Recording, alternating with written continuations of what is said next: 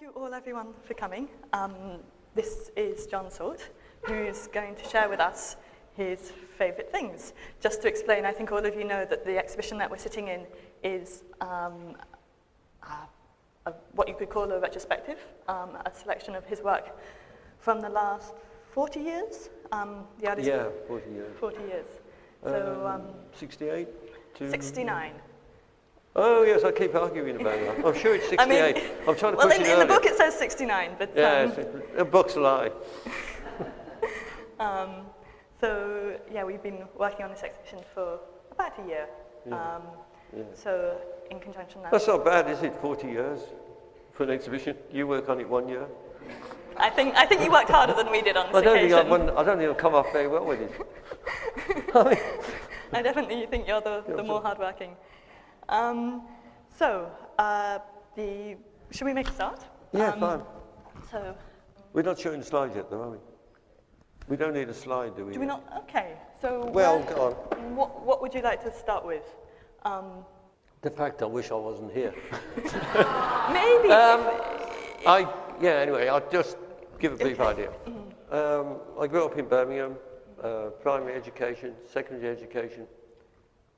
I think in life, if you meet one or two people who are very influential, you're lucky.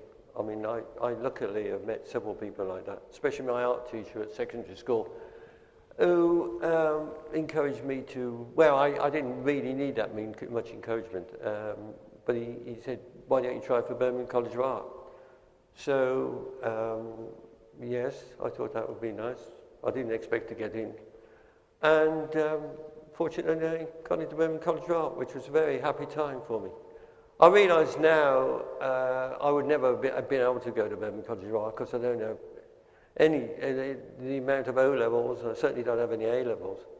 So it would exclude a lot of people now. I mean, I really feel it's difficult, I'm certainly not the greatest artist in the world, but I'm certainly reasonable to pass into a College of Art, I suppose. Anyway, growing up in Birmingham, Birmingham College of Art, very nice time. People like David, Dinah, Colin, people I can see here, we were students together. Yes, it was And were there particular teachers at Birmingham that were significant for you? Kate Fryer got me out of a lot of trouble. In what way? Because when I did NDD, I chose NDD, National Diploma in Design. You need to write an essay, and I don't know if it's foolishly or bravely chose Etty. Etty was, what Etty's like, flesh and more flesh. I didn't want to choose someone like Suzanne, who I should have probably chosen. But so when it came to the essay, Kate Fryer really helped me out. I like Gilbert Mason very much. Right. And as people, I like these people. I'm not sure how good an influence Gilbert was. I mean, he was just a fantastic, in a way, it was very fantastic. It was perhaps more important as people to be around as opposed to specifically influential to what you were making back then? Right, yeah. I mean, I like people like Ted Francis and Glyn Griffiths very much. They were very, very encouraging. Okay. Yeah. And they said, why don't you try for the Royal College or the Slade? And they encouraged you to... And they encouraged me to do that. So I did try for the college and didn't get in, and much to my great disappointment, and tried again, and tried the next year and got into the Slade. Went to London and didn't really make much inroads in London. I mean, I met a lot of people who since then have become quite well known, or very, very well known. Some I occasionally meet. Michael Sandor I met the other day at a friend's house, and that was very interesting because he was. I hadn't seen him for 40 years. And was it at the time that you were in London that you were thinking that you wanted to expand in terms of thinking of, or not expand, but I didn't want to expand. I wanted to expand. I wanted to retreat and get back to Birmingham. I couldn't get back to the Midlands fast enough. So did you come back to Birmingham before you went to the States? Yeah. I came back to the Midlands, and I did various teaching. I did a bit of teaching at. David and I did a day, I think, half a day each in Leamington Spa. I remember they said, I saw the chap whose name I think was Kelly, and David was doing some part-time teaching. Is that right, David?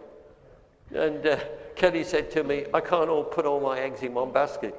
I'll have to give you half a day or something each. Which is, I thought, well, why didn't he give it to David or why didn't he give it to me?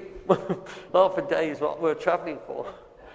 Anyway, but you could get part-time jobs. I think this is a good moment, actually, to start with the first slide. Because you do? I do, yeah. Oh, okay. Because actually... I thought we were extending this explanation. Well, okay, no, fine. I think we can weave these things in, because Okay. actually this early part fine. of your life, the Fine. slides and Okay. your life follow Yeah. quite a neat path. So, hopefully, this will work. So here we are. I think the London connection, anyway. We were trying to decide where this painting was painted from. I mean, you know, the height. It's sort of strange. Did he? Was the artist... Was he on a stepladder? Was he on a stepladder? Was he leaning out of a window? But for those of... obviously, this is in Birmingham Museum and Art Gallery. At this stage, I must say, when I was asked to do this, I thought it was going to be a desert island. I thought I had to take things that would make me feel good about the old days. And this is kind of the old days, really, in a way. I almost chose a piper. I mean, 50s or 40s art were my kind of thing when I was at secondary school. The chap who taught me, who was very enthusiastic, was very much encouraging sort of modern time. So I really almost chose a piper, deserted, broken cottage, I think it's called. It's in Birmingham. I haven't seen it for ages. Deserted cottage. Anyway, I decided, because I thought I'd be on a desert island, I decided to choose this painting. Growing up in Birmingham, saw the Pre-Raphaelite collection, didn't particularly like it for many years. Sort of grew into it, or it grew into me. It reminds me very much of England, picnics with girlfriends. I thought there was a dog in it as well, but I'm afraid there isn't a dog in it. I invented the dog. It could be the Clentills, could be knocking down. Was there a particular moment that you came round to, or... What, the Pre-Raphaelite? Yeah. Slowly, I think. I mean, was it perhaps when you were at college? I really only like... I mean, Ford Magnus Brown is not a Pre-Raphaelite, I suppose he's an associate. And he's definitely my favourite of the Pre-Raphaelites. And is that because of his subject matter? Or? I just like the way they're painted. I mean, I just think they're fantastically well painted. I happen to like, you know, the way he's treated the landscape. I don't like the sentimentality, obviously, of Rossetti, and that's a bit overblown for me. I like Hughes with his long engagement, you know, with the ivy growing up the tree trunk. It reminds me a bit kind of trying to paint trees myself, which I think is a lovely, super painting. But that's why that's... And is it the technique also that appeals in terms of the... Yes, I suppose it is. It is now. It wasn't then, you know. I mean, I just didn't worry about technique. Okay. I'm not sure one should. So coming back to Birmingham... Going back to Birmingham from the Slade, I picked up part-time teaching. There's a colleague of mine here, Colin Edison, who taught at Stourbridge. And I taught etching there. I was always part-time. I taught, as I say, a bit at Leamington, only lasted a year. I taught a bit at Birmingham in the evening classes. And I taught with Glyn Griffiths down in Gem Street, which is the early days for predation. And the kind of work that you were making at this time? The kind of painting? All over the place, I think. Very influenced by Bacon. Bacon, I suppose. But you hadn't started looking at cars? No, this is way before that. Then I started to get into the paint. I liked Anna and Davy, and when I was at the Slade, there was in the Whitechapel there was a very large, expensive abstract expressionist exhibition. Right. And I think it was by Pollock or by Jackson Pollock. Then there was a Jackson Pollock exhibition. And I thought this was fantastic. And was that your first exposure to... It was my first... expressionism? Yes, yeah. Okay. And was that or American art in general. Actually, I think I got seen Life magazine with some clients and things like that. But to see the real thing, see the size was phenomenal. It was fantastic. And was this something that encouraged you to think of... Going to America? Yeah, well, yes, that's it. So in 1966, I think I got married and came to live back in Birmingham. I've been living in the country. I had a studio where my parents lived. Which was? We're in Worcestershire, near Abbots Glench, near Evesham. Okay. It was quite near Evesham. I loved living in the country. and I had a studio there. I was quite happy there. And teaching, I used to commute to Stourbridge. Right. So in the end, I ended up doing 3 days at Stourbridge and teaching etching. I taught myself etching, then I taught etching because I liked the technical side of it. I didn't like the aesthetic judgments you have to make with drawing and painting. I liked the kind of messing with the acid and fooling around. So technically, I like that side of it. Okay. And so I taught there for 7 years. 7 years? I was teaching for 7 years. I finished. I was at the Slade 58 to 60. I finished in 60 at the Slade. Came back to the Midlands, started teaching, and finished in 67. Right, and it was during that time that obviously John had his first exhibition at Ikon, which Oh was yes, that's right. 1964. Ikon. Ikon started, and John was the first artist ever to show when Ikon was in the small. I wasn't one of the founder members, and I think they needed a guinea pig. And they kindly said, would well, you I like think to it was have an a show? auspicious start. Arguably, in that It could have finished Ikon off, in one go. That could have been the end. No, I mean, we're both still going, so. Yeah. Anyway, so getting up to 67, this idea of finding a way. I got married, moved back after being in the country having a studio, moved back to Birmingham, persuaded my wife, wouldn't it be nice now, before families begin, before children, wouldn't it be nice to escape for a year somewhere? And obviously it had to be America because they speak a sort of English, and also I love the art. I mean, it was the art really why I was going. It's definitely then the centre of the art world. Right. I mean, Picasso and they were still in France, but I mean, that moment so many artists had come to America to avoid the Nazis, and it was very rich to have this, to have this influx into the United States. Of course. I mean, the cultural landscape of the States completely changed. And that's right. Yeah, and it was the Second World War that did that in a way. So she agreed, which is fantastic, and I applied to everywhere I could think of. Or I went to the embassy in America and found all the kind of addresses of universities and we have art departments and art schools, because I needed some teaching really to keep me going. I didn't really want to teach that much, but I needed something to. And the only one that came up with anything was in Baltimore, which was the Maryland Institute College of Art. They said, it was a private art school, and they said, we'll pay your fees. They said, come as a graduate student, and you can do an MFA, which is Master of Fine Art. And they said, we'll give you some teaching in the evening and Saturday morning teaching, and this will provide you with some income. So, it was only an offer I had, so... Seems like a pretty good offer. Yeah, it was fine. It was fine. I mean, it also... I didn't realise how much the dollar was worth, but I mean, it didn't sound so good when you got there. I mean, dollars didn't go quite so far as I thought they might. Anyway, we arrived in Baltimore, or in Baltimore. I mean, you probably all know where Baltimore is. It's one of the eastern cities. It's about 40 miles from Washington. It's 100 miles from Philadelphia, a couple of 100 miles from New York, down the East Coast. Yeah. Arrived there in August. I was trying to semester started in September as a graduate student. It was incredibly hot, unbelievably hot and humid. But we survived the first few days. I think we saw one smash and grab raid when we were walking. I imagine it's a very different landscape. It was completely different, yeah. It was, in look, it was much more like Spain. Nothing was finished. The road edges kind of just dwindled into... It was incredibly untidy. Did Baltimore still seem like a rich city at that point, or was it I had no idea what Pristine was like. Baltimore was like. Pristine. I asked someone in England what was Baltimore like. They said, it's a bit like Cheltenham. And I thought, lady cottages and wrought iron. I thought, that sounds... It's for the English, we'll survive. But it wasn't really like Cheltenham at all. No. This person had never been to Cheltenham.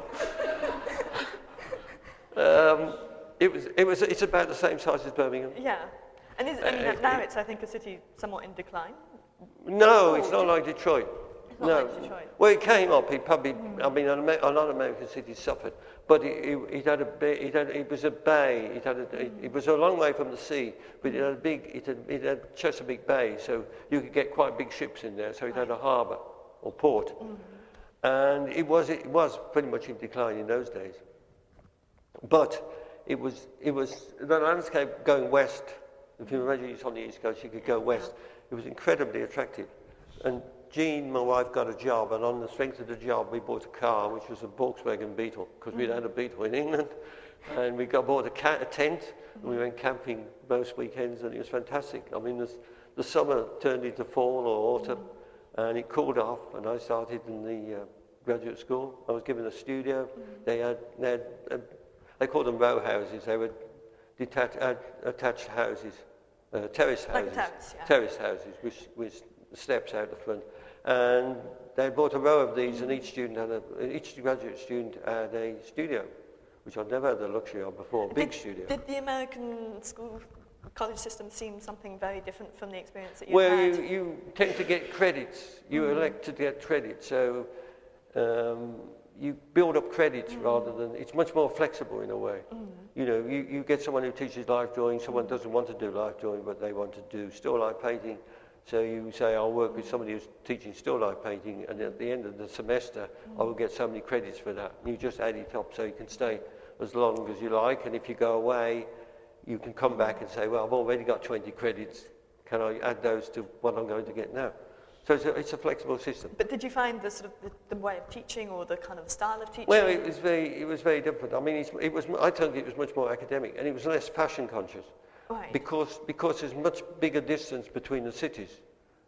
What's so happening there in was much Boston? More of a kind of an isolated thing happening. Yeah, in that place, and you know the school had a look about it. It was a school for specialised in a certain direction. I think in art, in a way. So it's much more specific than say a British at that time anyway. Yeah, that's right. But when I didn't know what to find. I didn't want to go. This was a 2-year program. I didn't want to go for 2 years. We'd arranged just to go to 1 year, and I thought, well, I won't bother to graduate. I'll just go back to England. The Vietnam War was on. That was another slight worry at that time. I mean, I didn't want to be drafted. So was that a risk? It got to be a slight risk at one stage, but I was over age anyway by this time. I was antique. I was about 30. So the program was it was 2 years, and it was about 10 or 12 students in each year. And the head of the graduate school was an artist called Grace Hartigan. Should we move on to the... Yeah, okay, fine. Yeah. I've chosen one of... Could it be... Oh, no, it's okay. It's all right. This is one of Grace's early paintings. I think it's 1954. Grace was in Baltimore, and she was really a New York artist. She'd known all the abstract expressionists. She was slightly younger but she'd known Pollock, de Kooning, all those people, Cedar Bar, the whole thing. And there was a big show of first generation abstract expressionists in the Museum Modern Art, put on by Bar, I think. And then there was another show called Second Generation Abstract Expressionists, and Grace was in that. This is when she was in New York. Okay. After that, she married, for about the 4th time, I think, she married a research doctor, a medical guy, had worked at Johns Hopkins University Hospital, which was in Baltimore. So he worked there. So he also collected art, especially abstract expressions. He bought a lot of their art, and I think he also collected one of the artists, which was her. So she came to live in Baltimore, and she wanted something to, she was a... She wasn't just going to be a wife. She wasn't a wife anyway, very much, I don't think. Oh, right. She was a painter, but she also wanted to get involved in the students, which was great. I mean, she was very keen on having an influence. Yeah. And she was the bee's knees in Baltimore. She was Baltimore's artist. Right. So anything can happen, Grace was in there. Yeah. Okay, so one of the funny things that Grace said was, many, many, many years later, she was a show of pop art in Chicago. And the chap said, he contacted her somehow, and he said, you know, Grace, you're really a first-generation pop artist. And because this relates slightly to pop art, because she painted from photographs, and she lived down in the Lower East Side of New York, and this is called Brides, and it would have been a shop window. And she said, oh, well, she said, better first generation of a movement I hate than second generation of a movement I love. She was very, very competitive. She wanted to be thought of as really first generation abstract expression. Anyway, she was very, very good, and she was very encouraging. And one day, because she had to go in New York he was a Martha Jackson guy, and Martha Jackson came down to Baltimore to see Grace's work as a sort of proposed exhibition that Grace would have up in New York. And Grace brought it to my studio, and I think Grace twisted her arm slightly, thinking about it. Martha bought a couple of my paintings. And then Grace took me to dinner and said, look, Martha's bought a couple of your paintings. Don't go back to England, go to New York. So... and at this time, what was your work like at this time? What was the work that Martha bought? It was very like, it could be one of those, the black one there, which was, I think, you said done in 69, but okay, I would go into 68. I think I did them in 68 as well. Okay, yeah. And so you'd already started on the kind of band the car theme. Arriving in Baltimore, I had no idea of the work I was going to do. I'd sort of flitted about with sort of abstraction and not really felt very good about it. The work was always very influenced. I mean, you know, the work you had in the show, Best Things Happen by Accident. Which was similar to the work that you'd shown at Ikon in 64, or was in fact. Yeah, that's right. Yeah. That was, so that this was is more work. abstract. But I mean, that was influenced by Anne and Davy, bits of bacon in parts of the paintings I was doing. And arriving in Baltimore, I thought, well, I've no idea. But I thought, the landscape, you know, you go to a place, it's all fresh, and it's new, and I was being reborn. Nobody knew what I'd done before. Like, I arrived in this country, nobody knew very little about me. So you didn't have a reputation that you needed no reputation. No one say, well, you know, it isn't as good as you were doing. Why are you moving this way? And so I could do anything. It was fresh. It was like being reborn. Fantastic. I mean, the only things I was known by were the few slides I managed to get into Baltimore with, and few people had seen those anyway. So we made friends, and it was great, and I saw the landscape, saw the cars, and thought I would like to try and do something with this kind of subject matter. And was it actually seeing cars, or was it seeing pictures of cars in magazines? No, it was actually seeing the actual thing. Can we have the next slide? And I've not seen this. No, there's one way. That's it. Okay, fine. This is a piece of sculpture assemblaged by a California artist called Ed Keinholz. Keinholz? I don't think we quite decided. I never met him, and I don't know how you pronounce it. But this was the kind of rubbishy scene I saw around. Beer cans in the grass, you know, kind of. Apparently, this was not seeable by anybody under 18. I was reading I'm not sure I've ever seen it. I've only seen reproductions of it. When it was first shown, a little bit like the exhibition that we have on our first floor right now, that if you were under the age of 18, you weren't allowed to see inside the car. And you had to prove that you were 18, and then a museum attendant would open the door and let you see inside. Obviously, this view doesn't actually show exactly what's going on there. It's great, actually. I mean, it's much better than in black and white. I saw an exhibition in Washington. What really turned me onto his stuff was I saw an exhibition in Washington when we were in Baltimore, because Baltimore and Washington were quite close. I mean, we were going to Washington all the time because you don't go for the place in Washington. I mean, museums are just superb. So I saw an exhibition of including this. I think so. Yeah, he did a diner with all characters in the diner, and I think that's in Amsterdam. One of the guys there. He did a birth. He called it Birthday, and it was the birth pains. It was woman in agony. He did tableau. He did very painful stuff. Someone being castrated was another one. Cars. I think in the 1972 documentary, he had real kind of cars with headlights on, and a black guy being castrated.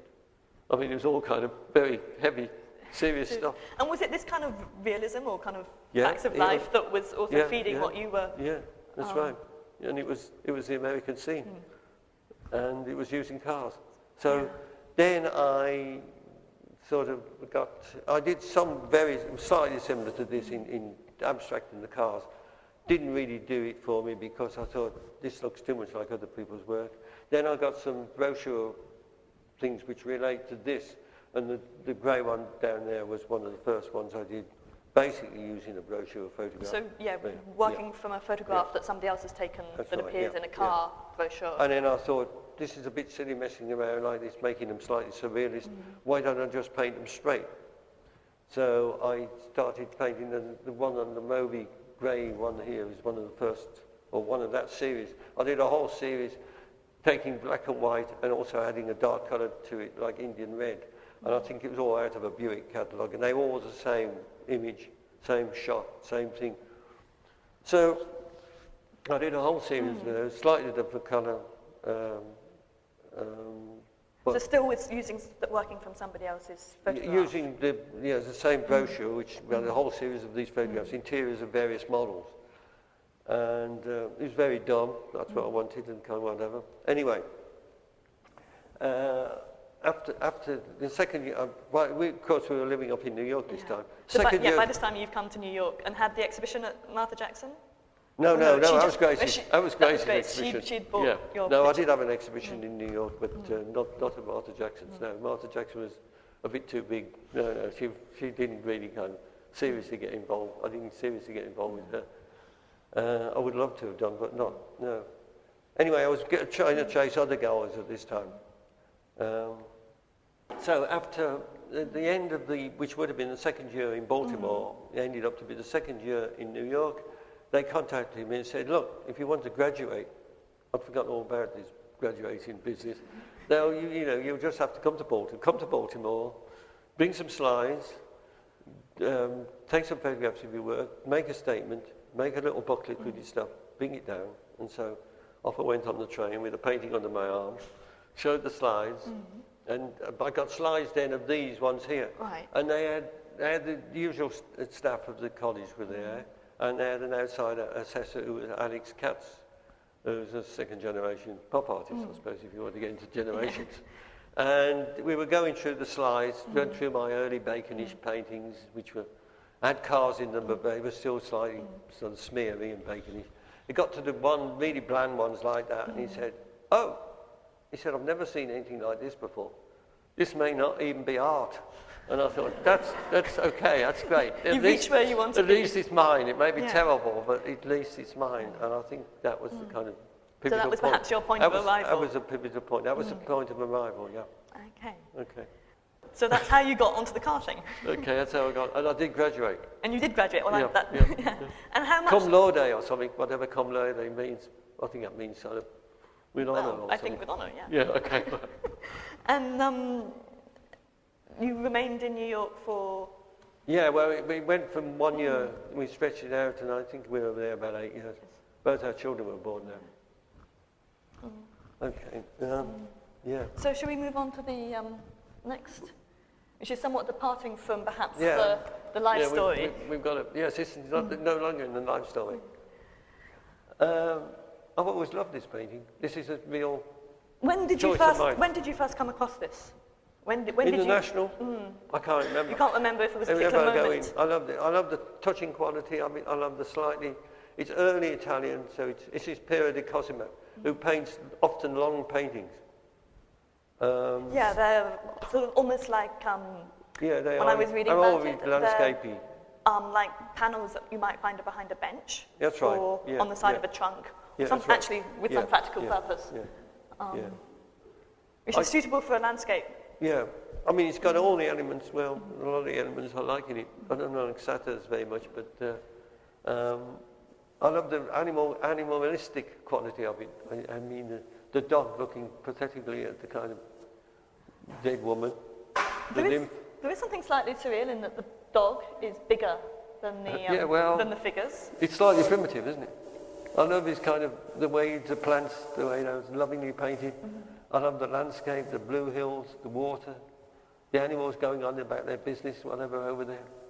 It's just kind of such a charming painting. Anybody have any comments about it? No? You can speak, by the way. Yes. I mean, don't feel do butt in by all means. Oh, sorry, have we been going too fast? Sorry. Oh, sorry. Do you want us to go back to the beginning? Should we start again? There is quite a strong landscape theme. Inevitably, I think there are probably the majority of the pictures that John has chosen are landscapes, although not all. It is indeed. So, Turner. I think that is Venice. It is. We were wondering whether I've never actually seen this work. I just went to Venice some years ago. I thought it was fantastic. I couldn't believe it. Was that just recently? No, it was 10 years ago perhaps. Went on a trip. I love Turner. I mean, I've always loved Turner. I mean, he to me, And I love the simplicity of watercolour. He doesn't get stuck in the paint. I mean, sometimes, you see the paint, which is a bit overworked, or I can't say that really, because I'm always overworking things. The way he put watercolour, I mean, just the way he puts watercolour down, I think is phenomenal. And it also reminds me so much of Death in Venice. We're supposed to have Mahler's Fifth Symphony playing now. Well, you could have just had the film itself. No, well, I want the watercolour. The watercolour's better than the film. I think when Aschenbach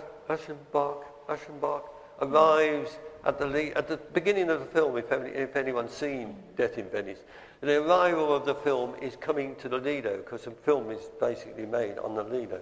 And we stayed on the Lido. And to see this little boat, I'm sure they got the idea for the start of that film from this painting. And you see Aschenbach arriving in this dirty little steamer coming across to the Lido. I don't think actually this is going to the Lido, but doesn't matter. It's terrific. And this is in a collection in Edinburgh, a collection that was given to him by somebody who owned all these watercolours. And it's only shown in January because the light is so poor in Scotland and the days are so short. They can't bear the idea that these watercolours might be in some way damaged by overexposure to light. Yeah, even though I think... But as someone said the other day, there's an awful lot of dark days in Scotland, not just in the winter, and the days are so short. I think it could bring them out a bit more. But I just love it. There's almost nothing now. That's what I like about it. I mean, one struggles, well, I struggle with these paintings and kind of, I mean, what one sees in others is what one loves. What one sees in oneself is kind of, it's just hard work. Just grind. If only I could do it like that. Because there's so little there and there's so much in your paintings. But it doesn't add up to any more. It adds up to all that in mine adds up to less than the small amount that's in the Turner. Anyway. Next. Yeah. This is Cheadle. This is St Giles' Pugin's masterpiece, Roman Catholic Church in Cheadle. Has everybody been to Cheadle? Yes. Go to Cheadle. I think this is the odd one out in John's selection. I didn't realise you could take a building actually when I was doing. I thought we were still on a desert island, but I realised that I slipped a building in the realms of the imagination. I promised not to shelter in it when I had to build my own thing, hotel cabin or whatever. Every inch of it is decorated. It's not a particularly good slide. It's not. You must go to Cheadle. We went in November. My wife does sometimes readings, and I've shown slides. And many years ago, Eve of St Agnes by Keats, she did a reading, and we were looking for backdrops to show slides with it and act it out. And there's a church in Shropshire, East Shropshire, Tong, T-O-N-G, which has wonderful tombs, alabaster tombs. So I took some slides in this church, and then we went on to Cheadle, because I'd read about it in Pesna. We were looking at other Victorian churches and took a lot of slides of it, and it's just magnificent. Someone said the only disappointing thing are the pews, and I think now, looking at the pews, they are a bit disappointing. Do you think they're more recent than the rest? I have no idea. No. Are they contemporary? They're contemporary. Oh, you know all about it. You can take over from me now. There's a good review is it 100 Best Churches in England, Simon Jenkins? It's very good review in that, and some nice photographs in it. Yeah. Did he do a lot of work in he worked for the Earl of Rosemary. So he did Alton Towers and some buildings like that. And he did this for the Earl of Rosemary, but I think he was given free range. I don't think he was in... the church in Birmingham, St Chad's Catholic Church, the cathedral, is quite a bit earlier, isn't it? That's very Germanic. Yeah, it's a much simpler... Yes, much simpler. This is supposed to be just how a medieval church would have looked, Edward II or something like that, before it was all changed. Yes, you've got an actual, almost replica of a medieval church, untouched by anyone else. untouched by the Puritans, untouched by Victorians, untouched. It is Victorian. It avoided any. Yeah. Well, yeah. Attacks. Attacks. Yeah. Yeah. But actually, I'm thinking if it was 1840, then it was probably post. Oh yeah. Post that anyway. Yeah, so, you know, the yes. Okay. It's Pugin. It is Pugin. Yeah. Sorry, it's Pugin. Pugin. Yeah. Towards it, I think it's about 1840. I mean, he didn't live very long anyway. He was rather kind of. I mean, his house in Ramsgate has just been refurbished. And Landmark Trust, if anybody has ever been to a Landmark Trust house, they've recently restored his house in Ramsgate. Is that where he lived? That's where he lived. That's where he built his own house, had a house there. He was keen on sailing, apparently. Did he come? He came from France, though, originally. We had French connections, but he wasn't. I don't think he was French. Well, second. Second generation. Yeah. Gosh, it's great to have someone in the audience with honor. That's brilliant. You've obviously read the book. I've got the book on Pugin, but I've never read it. What about Pugin? I don't know. Oh yes, Ramsgate, Margate, Turner. Well, yeah, I would like very much to go to see the gallery in Margate. Yeah. Apparently they only have one Turner, which I think is a bit of a pity really. But I believe they're going to have more. When the Tate has so many, I mean, I think it's great that they can show contemporary art. Contemporary young people's art in Margate is great. Well, you know, as Tracy Emin come from Margate. That's great. Well, but maybe they don't want to get too hung up on artists specifically from Margate. I don't one, think one or the other. I think they should have a few Turners, especially the Turners he I actually understand painted that in there Margate. is a Turner exhibition coming up. Oh, okay. This is a new art gallery in Margate. Chipperfield? Designed by Chipperfield. Yeah, okay. Called Turner Contemporary. Yeah, okay. Which opened just a few weeks ago.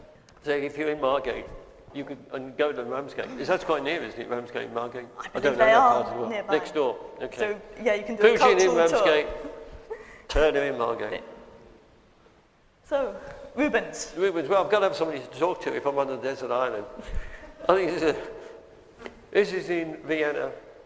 It's a fantastic, phenomenal museum in Vienna, which has rivals. I was going to choose Hunters in the Snow, but I thought that Hunters in the Snow. Well, I like this because it's quite different from, well, I like again, it because another it's not odd classical. one out. It's got knobbly knees, it's very realistic, and she's super. And she's his wife. And I think, well, I was trying to sort of work out the connection with John's work, and I suppose it's the fact that there's nothing left out. It doesn't have to have any connection, does it? No, but I was trying to imagine what it was about you that was attracted to this. Maybe I don't need to think too hard. Being a chubby woman. I think she's lovely, and I do like Rubens. I think one I really like the most is the disposition Antwerp, because Antwerp has a wonderful taking down from the cross, wonderful Rubens. But David and I know really keen on the landscapes. She's lovely. Okay. And this is, I think, the last one. Yeah, this is the masterpiece, I think. And whenever I go to the National, I have to go and look at this Titian. This is Bacchus and Ariadne. When you look at this, what is it specifically that you're really drawn to? Is it the composition or it's the composition? It's the way it's the way it's certainly composed. It's the way it's painted. I mean, it's incredible, beautifully painted. I mean, yeah. I mean, it is Italian. I mean, what I mean is, it's not like the Cosimo. No. I mean, I like the innocence of the Cosimo. This isn't so innocent, but I find later Titian's more difficult. They're not so fine. A bit, you know, yes. This is more. But I mean, he did a whole series for somebody, didn't he? It was for the. Yeah, and they all basically square paintings. Duke of Ferrara. And when they had that Titian exhibition, they had all the others there. I mean, the others are in other places, other countries. Yeah. No, it's a series of myths. Yeah. And is it the mythological subject that appeals to you also? No. Just compositionally, I find it so exciting. You know, just the angles, the kind of this. Bacchus ways. Is it sort of the drama of the forms? Yeah, I mean, it's all, you know, how can you not think it's exciting and wonderful? I mean, it's just, and the colour's brilliant. I mean, this isn't a very good reading, obviously copy. I mean, It's very hard to show them. It's something I keep on my studio wall all the time, but only a black and white version. I also had the Turner on my wall, as you know. The Turner cutting out of the Guardian. The Turner of the boat. I think you need to travel around and see them in the flesh. Well, I see this quite often, every time I go to London. This and the De Cosimo. I should certainly see the Kineholts, I think. Yeah, you should make a trip and see. The Grace Hartigan is in the Whitney, I think. Where were we? Oh, no, where the Birmingham one is. So I'm looking quite well. I've been to Cheadle several times. What are you accusing me of? Not going. Anyway. So I think maybe just to say thank you very much for sharing your favourite things.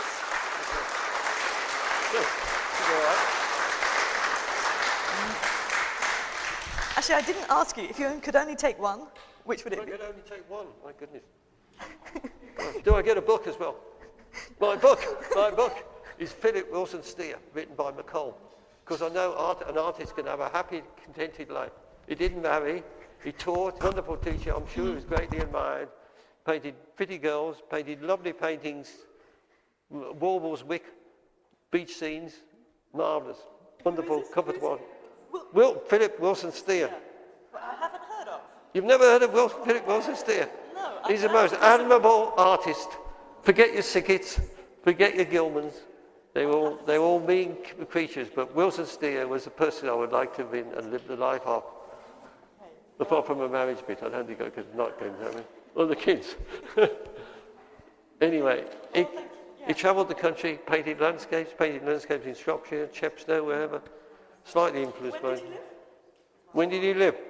When did he live? 1860 to 1940. 1861 to 1940. Well, I should do some research. It's one in Birmingham. I don't think they're the greatest paintings. The Warbles Wick ones, I think, are really super. Is that right, Diana? I think there's one. I think there was a painting. Yeah. Oh, thanks. I'm glad you. Yeah, true. That's the other exciting thing about him. He's not stuck with one style. But don't you think he was admirable? Don't you think people he was popular? People liked him. He was a good teacher.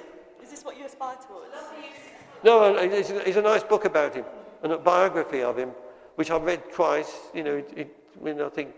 When I have to kind of convince myself that the life of an artist can be quite, you know. You've demonstrated that he was clubbable, he was friendly, he got on well with people, he went out painting with people, went out into the landscape.